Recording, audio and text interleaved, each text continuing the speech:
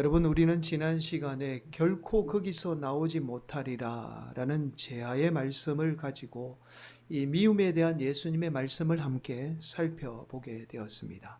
여러분, 우리 안에 있는 미움은 끊임없이 우리의 삶을 옮가며 우리를 지옥과 같은 삶을 살게 합니다. 그래서 예수님은 우리에게 어떠한 잘못을 범한 사람일지라도 우리가 용서하고 화해할 것을 말씀하게 됩니다.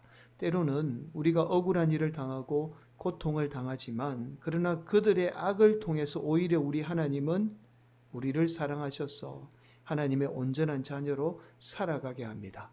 자, 그래서 우리의 삶에 여전히 악이 있지만 그들을 용서하고 화해할 것을 말씀합니다.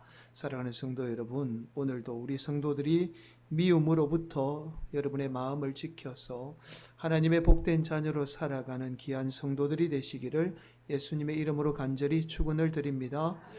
여러분, 요즘에 젊은이들 가운데 특별히 취업을 준비하는 젊은이들 가운데 유행하는 신조어가 8가지가 있습니다. 여러분 한번 맞춰보시기를 바랍니다. 첫 번째가 이태백이라는 말을 요즘에 젊은이들이 많이 씁니다. 여러분, 이태백은 중국 당나라 때 최고 시인이죠. 근데 요즘은 이 이태백을 그렇게 사용하지 않고 어떻게 사용하느냐 하면 20대 태반이 백수라는 말로 사용을 합니다. 네. 두 번째는 면까몰이라는 단어를 신조어를 씁니다. 이건 이제 면접은 까볼 때까지 모른다라는 말입니다. 합격할 수 있는 이 특별한 면접의 노하우가 있다라는 말로 쓰이기도 합니다. 자, 세 번째는 3.1절.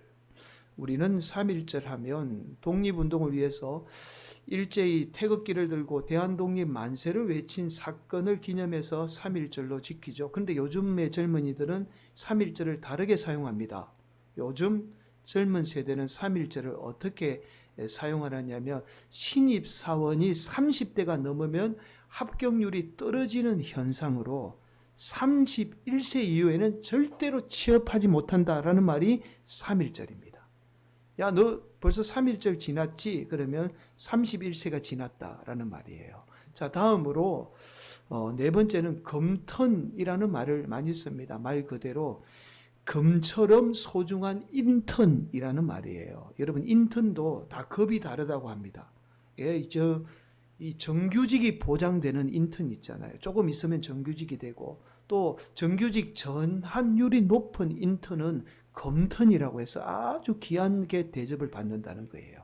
자, 다섯 번째는 얼링 힐링이라는 말을 요즘에 많이 사용합니다. 얼리 힐링족이라고 하죠.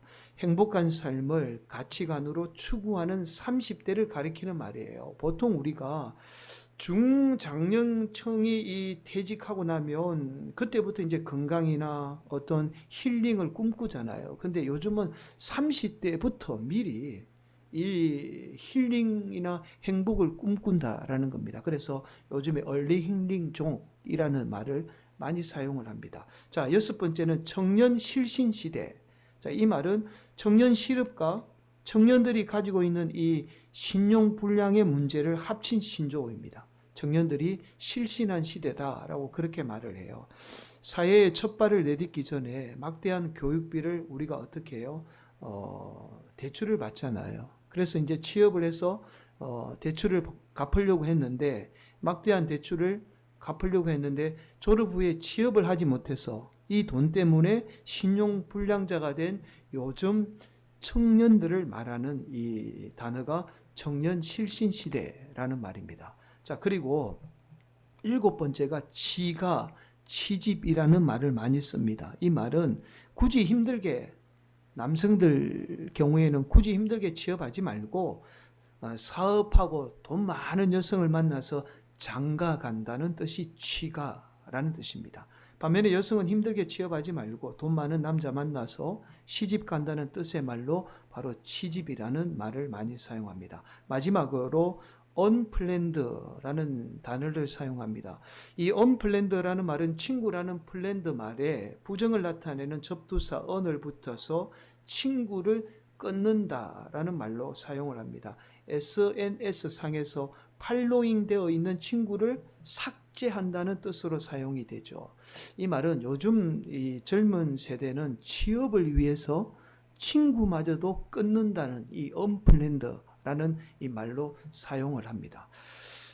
여러분 8가지 요즘 젊은 세대가 사용하는 신조어를 우리가 살펴보았습니다. 여러분 혹시 이 8가지의 신조어를 들으면서 어떤 생각이 드셨는지 모르겠습니다. 요즘 젊은 세대의 안타까운 심정이 느껴지기도 하고, 또한 같은 시대를 살고 있음에도 불구하고 요즘 젊은이들과 많은 차이가 있다라는 사실을 우리가 느끼게 됩니다. 여러분 서두에서 신조어에 대해서 말씀을 드리는 이유가 있습니다. 우리가 같은 시대를 살고 있지만 시대적인 상황에 따라서 같은 단어이지만 다양하게 사용하고 있다는 사실을 알 수 있죠. 여러분 제가 말씀을 안 드렸으면 여러분 이 단어의 의미를 잘 몰랐을 겁니다. 전혀 다른 의미로 지금 젊은 세대가 사용을 하고 있는 거죠. 여러분 하물며 예수님의 말씀을 기록한 성경은 무려 2000년 전에 기록이 되었습니다. 또한 이 심지어 우리와 문화가 달라요. 이러한 사실을 전혀 고려하지 않고 성경 말씀을 우리의 관점에서 해석하거나 바라보게 되면 반드시 잘못한 해석을 낳거나 아주 심각한 오류를 범하게 돼요. 특별히 오늘 우리가 함께 나누게 되는 이 예수님의 말씀은 더욱이 시대적인 상황을 고려해야만 반드시 바른 해석이 가능한 말씀이에요. 여러분 오늘 본문 말씀은 이렇게 말씀합니다. 27절이에요. 또 간음하지 말라 하였다는 것을 너희가 들었으나, 바로 예수님이 율법에 나타난 이 간음에 대한 말씀을 하고 있습니다. 예수님은 이 간음의 문제가 단순히 행위의 문제가 아니라 우리 마음의 문제라고 말씀하죠. 여러분 28절입니다. 나는 너희에게 이르노니 음욕을 품고 여자를 보는 자마다 마음에 이미 간음하였느니라. 마음의 음욕을 품고 이성을 바라보는 자는 이미 간음했다라고 말씀해요. 여기에서 마음의 음욕을 품었다는 뜻은 이성에 대해서 성적인 욕망을 품었다는 뜻입니다. 자, 그리고 이어서 예수님이 이렇게 말씀하죠. 이런 사람들에 대해서 이렇게 말씀합니다. 29절입니다. 만일 내 오른 눈이 너로 실족하게 하거든 빼어내버리라. 내 백체 중 하나가 없어지고 온몸이 지옥에 던져지지 않는 것이 유익하며. 여러분 지금 예수님이 이성에 대해서 마음의 음욕을 품었다고 해서 눈을 뽑아버리라고 말씀해요. 여기에서 우리는 우리가 마음의 음욕만 품어도 우리의 눈을 뽑아버려야 한다는 사실을 발견하게 됩니다. 자, 이어서 예수님이 이렇게 말씀하죠. 30절 말씀. 또한 만일 내 오른손이 너로 실족하게 하거든 찍어내버리라. 내 백체 중 하나가 없어지고 온몸이 지옥에 던져지지 않는 것이 유익하니라. 여러분 심지어 우리가 마음의 음욕을 품으면 지옥에 가게 되리라고 말씀해요. 그래서 오른손마저 찍어버리라고 말씀합니다. 여러분 여기에서 눈은 단순히 우리가 보는 눈을 말하는 게 아니에요.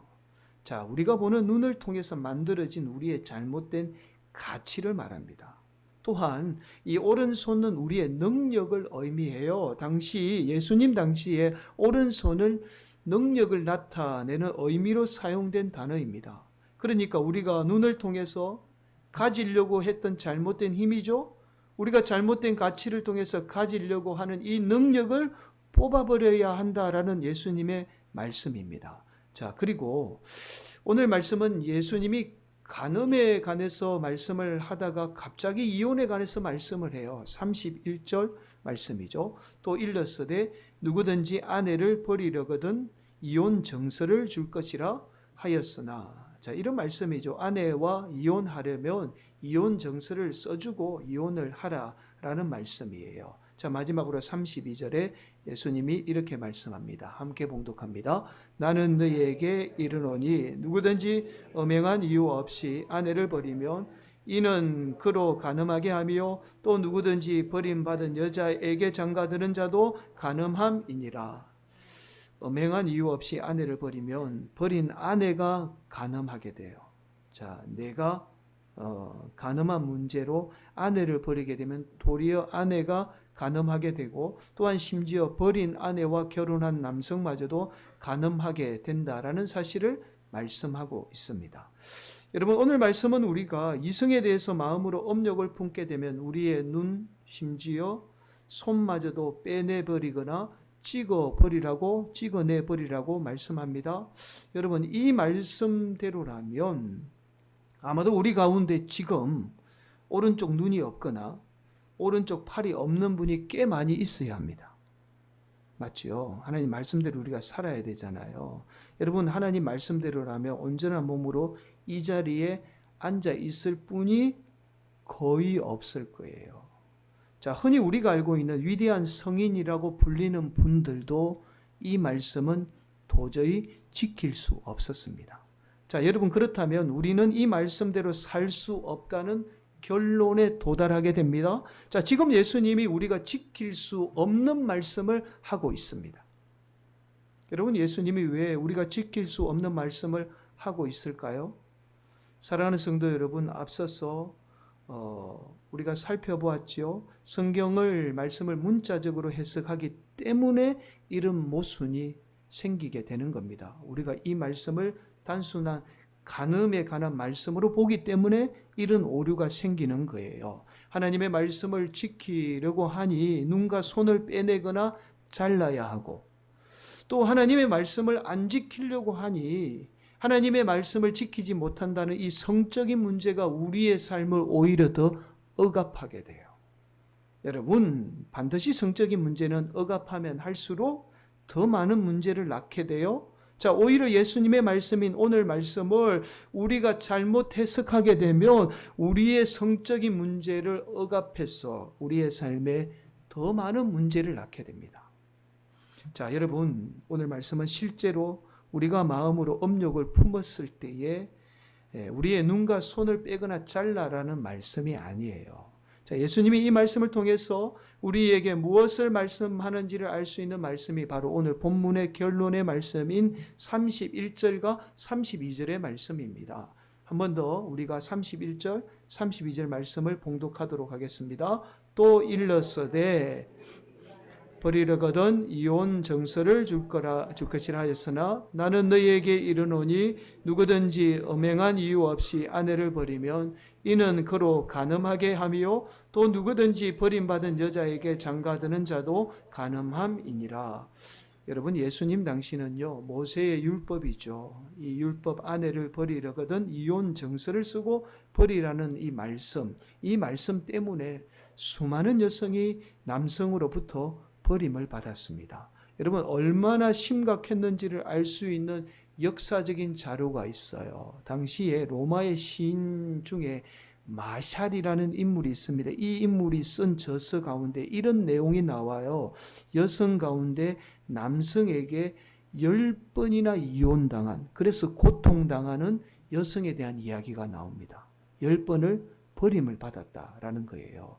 여러분, 당시에 이혼이 사회적으로 얼마나 심각한 문제였는지를 알 수 있습니다. 당시 유대 사회도 로마의 압제 아래 있었기 때문에, 우리가 일본의 압제 아래 있을 때 일본에 많은 영향을 받듯이 당시 이스라엘도 이 로마의 압제 아래 있었기 때문에 로마에 많은 영향을 받게 돼요. 자, 이 영향으로 수많은 여성이 남편으로 버림을 받아 고통을 당하게 됩니다. 여러분, 사실은 이러한 문제의 원인이 모세의 율법에 있는 게 아니죠. 바로 모세의 율법을 이용한 인간의 욕망의 문제가 있었던 겁니다. 당시 유대 종교학파는요, 이 모세의 율법이죠, 이혼에 관한 말씀을 가지고 다양하게 해석을 하게 됩니다. 여러분, 모세 율법 가운데 이혼에 관한 대표적인 말씀이 신명기 24장 1절 말씀이에요. 이런 말씀이죠. 사람이 아내를 맞이하여 데려온 후에 그에게 수치되는 일이 있음을 발견하고 그를 기뻐하지 아니하면 이혼 정서를 써서 그의 손에 주고 그를 자기 집에서 내보낼 것이요. 여기에서 수치되는 이 일에 대해서 당시 다양하게 해석을 하게 됩니다. 당시 이제 두 학파가 있습니다. 율법을 해석하는 두 학파가 삼마이라는 사람을 주축으로 하는 삼마이 학파, 힐레를 주축으로 하는 힐렐 학파가 있었습니다. 삼마이 학파의 경우는 모세 율법인 이 수치되는 일에 대해서 성적인 문제와 음란의 문제에만 국한해서 적용을 하게 돼요. 반면에 힐렐 학파는 이 수치의 범위를 넓게 해석해서 다양한 삶의 문제에 적용을 하게 됩니다. 예를 들어서 여성이 음식을 하다가 음식을 좀 태우거나 또는 실수를 하게 되거나 아니면 사소한 어떤 실수를 범하게 되면 수치를 주는 일이라, 남편에게 이거는 수치스러운 일이다라고 해서 이혼 사유가 되었습니다. 자, 당연히 이스라엘 남성들은 자신들의 욕망을 정당화하기 위해서 이 힐렐 학파의 해석을 어떻게 해요? 지지하며 따르게 되었던 거죠. 그래서 사소한 이유를 들어서 남성들이 아내를 버리고 자신의 욕망을 위해서 더 매력적인 이성을 아내로 맞아들이게 되었던 거예요. 자, 이러한 이혼에 관한 문제는 단순한 개인의 문제만으로 끝나는 것이 아니라 사회적으로 심각한 문제를 낳게 되어 단순한 여성과 이 아이들의 고통의 문제를 떠나서, 단순히 여성과 아이들의 고통의 문제를 떠나서 사회의 악의 원인이 됩니다. 자, 예수님은 이런 이혼에 대해서 이들과 다른 말씀을 하게 돼요. 여러분, 마태복음 19장에 보면 모세의 율법에 나오는 이혼의 문제를 가지고 바리새인들이 지금 예수님을 시험하는 장면이 나오죠. 여러분, 바리새인들은 평소에 예수님이 이혼에 관해서 다른 생각을 가지고 있다는 사실을 알고는 이를 이용해서 예수님을 고소하려고 합니다. 그래서 예수님이 이 마태복음 19장 5절 6절에서 이렇게 말씀하죠. 말씀하시기를 그러므로 사람이 그 부모를 떠나서 아내에게 합하여 그 둘이 한 몸이 될지니라 하신 것을 읽지 못하였느냐. 그런즉 이제 둘이 아니요 한 몸이니 그러므로 하나님이 짝지어 주신 것을 사람이 나누지 못할지니라 하시니. 여러분, 단순히 배우자가 우리의 욕망의 대상이 아니라 바로 자신과 같은 한 몸이라고 말씀해요. 여러분, 당시 남성이 여성을 마치 물건으로 생각했어요. 물건으로 생각했던 시대에서 예수님의 말씀이 얼마나 파격적인 말씀이라는 사실을 우리가 알게 됩니다. 당시의 남성은 여성을 인간으로 보지 않았던 시대예요. 이러한 시대에 예수님은 여성이 단순히 남성의 욕망의 대상이 아니라 곧 자신과 같은 존재, 바로 사랑받고 존중받아야 할 존재라는 사실을 말씀하고 있어요. 여러분, 놀랍게도 당시에 이러한 인간의 잘못된 욕망이 오늘날은 교묘하게 아주 행복이라는 말로 포장이 되어서 우리의 욕망을 부추기고 있어요. 오늘날 행복이라고 말하는 우리 사회의 가치가 사실은 이 교묘하게 인간의 욕망과 결탁이 되어 있습니다. 오늘날 우리 사회가 만들어낸 이 행복이라는 가치는 사실은 인간의 욕망이에요. 마치 내 욕망을 이루어야만이 내가 행복할 수 있다라고 말하고 있어요. 이러한 욕망과 진정한 행복을 분별할 수 있어야 합니다. 분별하지 못하면 내 행복을 위해서 사는 것 같지만 우리는 자신의 욕망을 위해서 끊임없이 살게 돼요. 여러분, 우리는 성적인 이 문제가, 이 성적인 문제인 간음이나 우리의 욕망의 문제가 나 개인적인 문제라고만 생각을 합니다. 그러나 사회적인 많은 문제가 우리 삶 가운데 내포되어 있습니다. 자, 더욱이 성적인 문제는요, 개인적인 문제보다 사회적인 영향을 훨씬 더 많이 받게 됩니다. 내가 어릴 적부터 우리 사회를 통해서 이 성적인 욕망에 길들여져 온 거죠.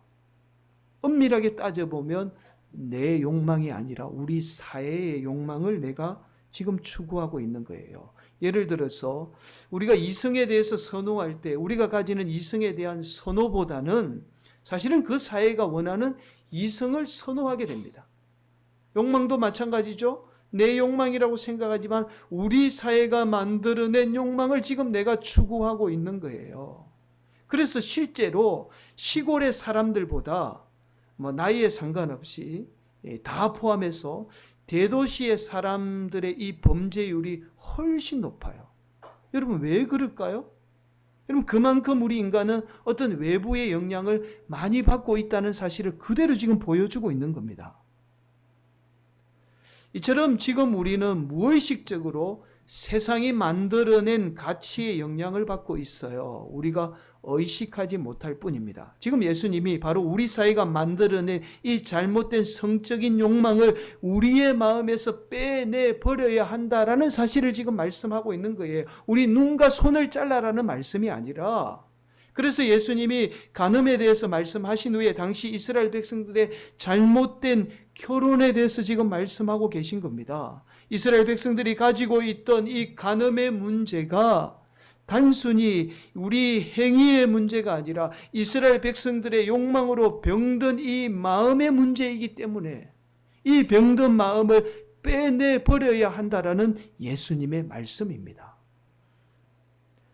여러분, 우리가 그렇지 않으면 32절은 이렇게 말씀해요. 나는 너희에게 이르노니 누구든지 엄행한 이유 없이 아내를 버리면 이는 그로 간음하게 하며 또 누구든지 버림받은 여자에게 장가드는 자도 간음함이니라.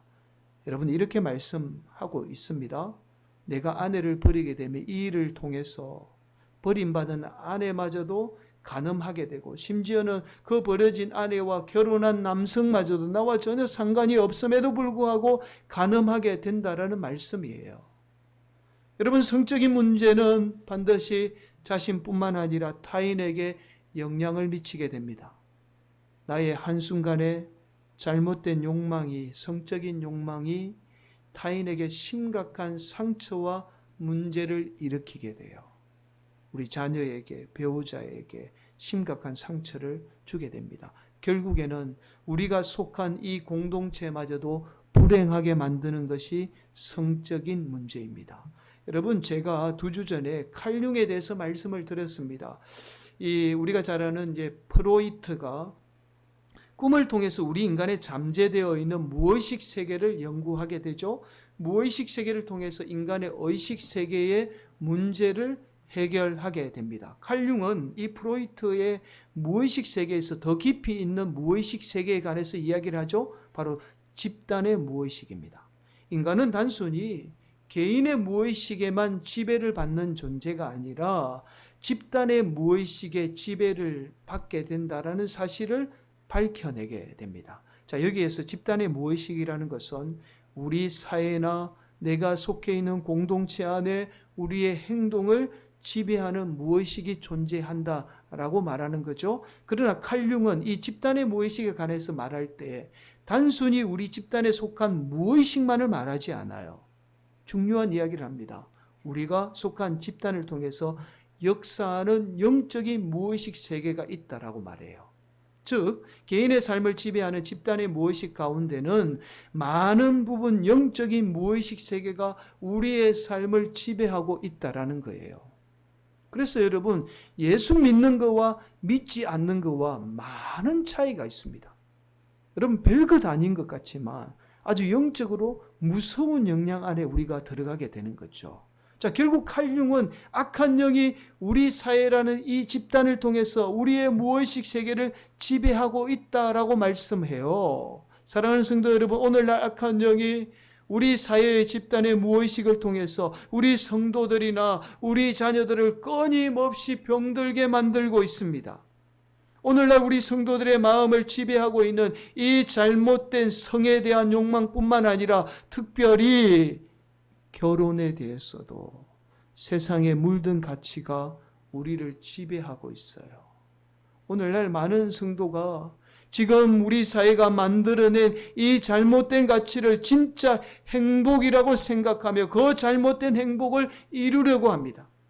그렇게 자신의 삶뿐만 아니라 자녀들에게 강요하죠. 자신의 행복이 욕망이라는 사실도 모른 채 그 욕망을 추구하며 살아가고 있는 거예요. 사랑하는 성도 여러분, 욕망이 무서운 것이, 욕망은 반드시 대가를 치르게 됩니다. 성적인 욕망뿐만 아니라 저와 여러분 안에 있는 우리의 욕망은 반드시 대가를 치르게 돼요. 여러분, 우리는 다윗이 우리아의 아내 밧세바를 범한 사건을 잘 알고 있습니다. 당시의 왕은 다른 남성의 아내를 빼앗을 수 있는 충분한 권한을 가지고 있었습니다. 당연히 받아들일 수도 있었습니다. 그러나 다윗이 왕이라는 신분으로 간음한 문제는 단순히 개인의 문제로 그치지 않습니다. 이스라엘 공동체에 많은 영향을 미치게 돼요. 그러자 하나님은 나단 선지자를 통해서 다윗을 책망하게 됩니다. 사무엘하 12장 10절 12절 말씀은 이렇게 말씀해요. 이제 내가 나를 업신여기고 햇사람 우리아의 아내를 빼앗아 내 아내로 삼았은즉 칼이 내 집에서 영원토록 떠나지 아니하리라 하셨고, 여호와께서 또 이와 같이 이르시기를 보라 내가 너와 내 집에 재앙을 일으키고 내가 내 눈앞에서 내 아내를 빼앗아 내 이웃들에게 주리니 그 사람들이 내 아내들과 더불어 백주에 한낮에 동침하리라. 너는 은밀히 행하였으나 나는 온 이스라엘 앞에서 백주에 이 일을 행하리라 하셨나이다 하니. 사랑하는 성도 여러분, 우리가 은밀하게 범하는 선적인 문제, 욕망뿐만 아니라 우리의 욕망은 반드시 다 드러나게 됩니다. 결국에는 우리의 삶의 결과로 반드시 다 드러나게 되어 대가를 치르게 돼요. 여러분, 우리가 지은 죄에 대해서는 예수님으로 말미암아 용서함을 받지만 그러나 그 죄에 대한 대가는 반드시 따르게 됩니다. 오늘도 우리 성도들이 하나님의 말씀을 붙들고 오직 하나님의 말씀대로 세상에 물든 우리의 욕망을 빼내버리는 복된 성도들이 되시기를 간절히 바랍니다. 오늘도 성도들 가운데 예수님으로 말미암아 세상에 물든 우리의 욕망이 떠나가는 역사가 임하기를 간절히 축복합니다. 저와 여러분 개인의 삶뿐만 아니라 저와 여러분의 삶을 통해서 반드시 많은 영혼이 진정한 기쁨을 누리는 하나님의 놀라운 은혜가 여러분 삶 가운데 임하기를 예수님의 이름으로 간절히 축원을 드립니다.